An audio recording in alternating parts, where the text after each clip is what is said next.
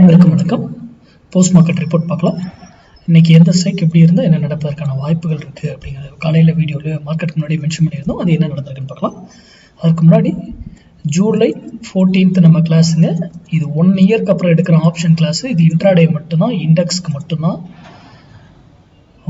முழுக்க நம்ம மேத்தமெட்டிக்கல் அடிப்படையில் எடுக்கக்கூடியது, கணக்கின் அடிப்படையில் எடுக்கக்கூடியது. அதன்படி தான் நம்ம எதையுமே செயல்படுத்துவோம். நம்ம மார்க்கெட்டை கொண்டு போய் பார்ப்போம். மார்க்கெட்டுடைய சப்போர்ட் அண்ட் ரெசிஸ்டன்ஸை வச்செல்லாம் வர்த்தகம் பண்ண மாட்டோம். ஓகேங்களா? அந்த கிளாஸ் ஜூலை 14th 1 இயர்க்கு அப்புறம் எடுக்கிற. செபி நிறைய ரூல்ஸ் கொண்டு வந்துக்கிட்டு இருக்காங்க. என்னால் வரும் நாட்களில் எடுக்க முடியாமலோ இல்லை இந்த வீடியோ அப்லோட் பண்ண முடியாமலோ கூட போகலாம். அலோவ் பண்ண மாட்டாங்கன்னு நினைக்கிறேன்.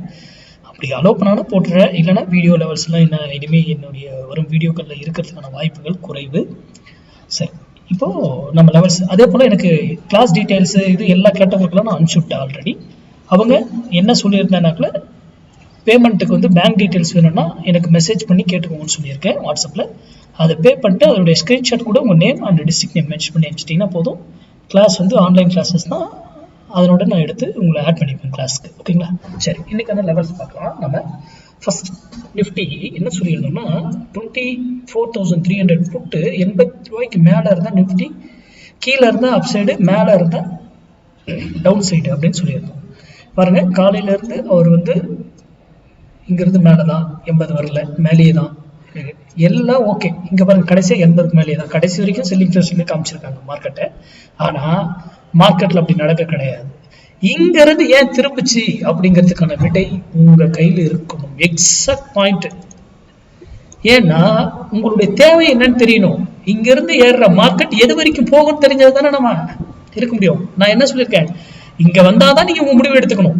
80 rupees வந்தா நீங்க அப் சைடா டவுன் சைடா எடுத்துக்கலாம், எனி டைரக்ஷன். அங்கதான் முடிவு எடுக்கப்படும். அப்போ இங்க போயிடுச்சு, இங்க இருந்து திரும்ப போகுதுன்றது நமக்கு தெரியுமே. அது லைவ்ல தான் கண்டுபிடிக்க முடியும். அந்த கால்குலேஷன் லைவ் அங்க வேல்யூ இருக்கு.